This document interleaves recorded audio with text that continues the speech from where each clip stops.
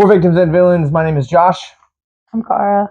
And today we are going up, and away to talk about Chapter 2 of the DCU's big screen adventure. This is Supergirl.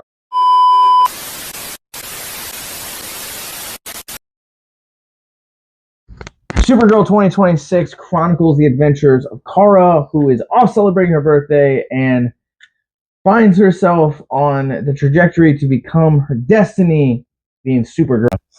As someone who is not a Superman fan, but is a Supergirl fan, I thoroughly enjoyed this movie. It actually was very reminiscent of Guardians of the Galaxy for me.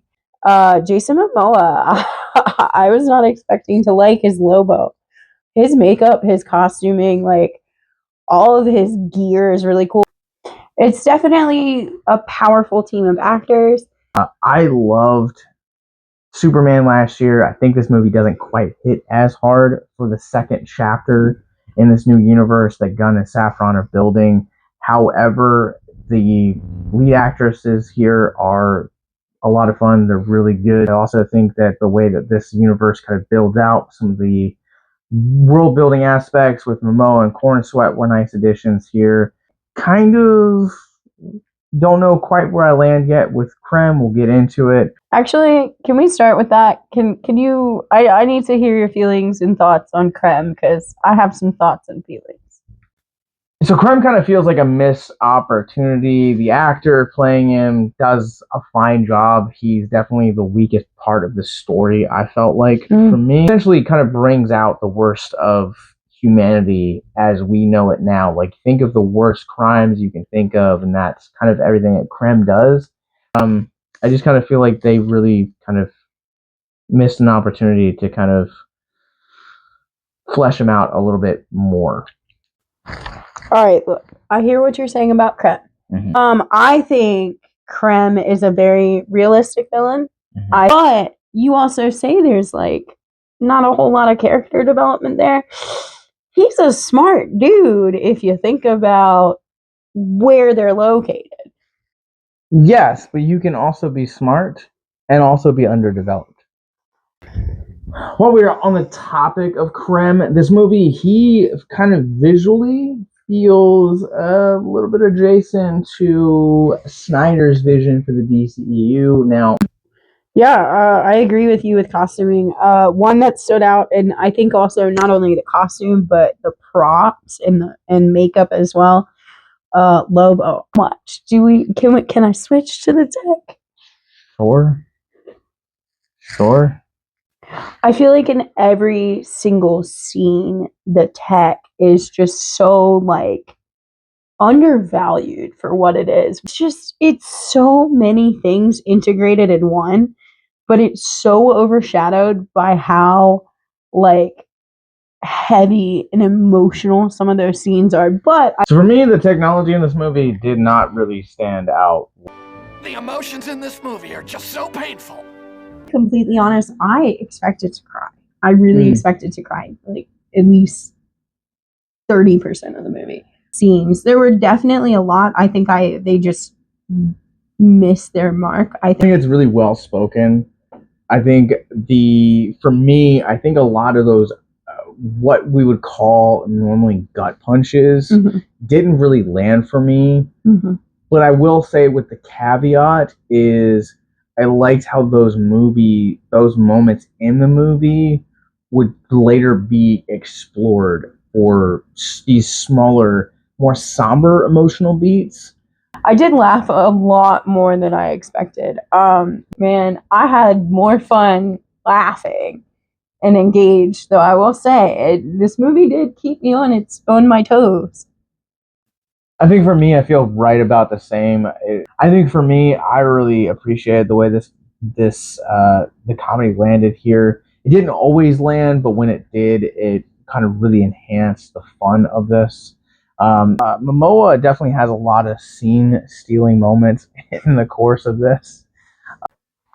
As someone who's not a Superman fan, I will say I did enjoy the Clark Kent moments. They were very sweet. So Milly Alcock and Ridley kind of play our two leads in this movie. Alcock obviously taking up the mantle and cape and skirt of the iconic Supergirl. Does an incredible job here. I mean, I really kind of love how their characters kind of develop and how their relationship kind of grows from this first initial chance counter to sisterhood. Exactly. I love Millie as Supergirl. I think it was an amazing casting. And with that said, let's fly over to our ratings with our official Rorschach rating scale. I'm going to go ahead and give Supergirl a 3.5 out of 5. Overall, I thought this movie was good, but not great. This movie is, I think, Milly Alcock. I'm super excited to see what she's going to do next with this character.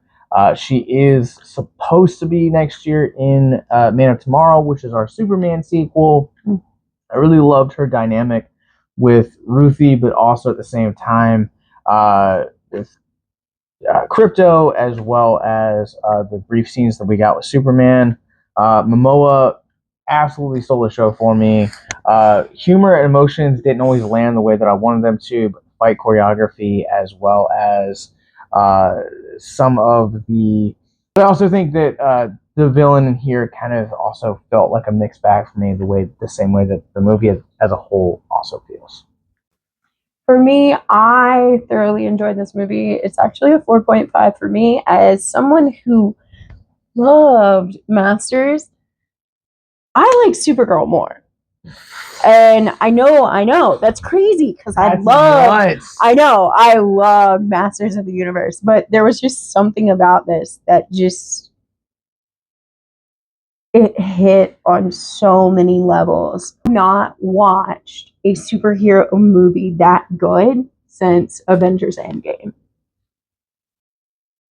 Also, since I did compare it with Masters of the Universe, we're gonna have to talk just briefly about Crypto's CGI. Full on, 100%. Whatever they've got going on over there, the CGI for Crypto is so well done compared to Creature. Just blown away. Supergirl is now playing in theaters everywhere from DC Studios. Check back with us in a week. We're going to be talking about our mental health aspects of this film as well. Really, with spoilers. Yes, with spoilers. So if you guys haven't seen it, not only do we provide links for you guys in the show notes below to check out all of our stuff, ranging from social media, how to support us financially, and that subscribe button, but you can also find local showtimes in your city, and most importantly, you guys can also find our mental health resource library. So until next time, remember to keep it classy and keep it spacey.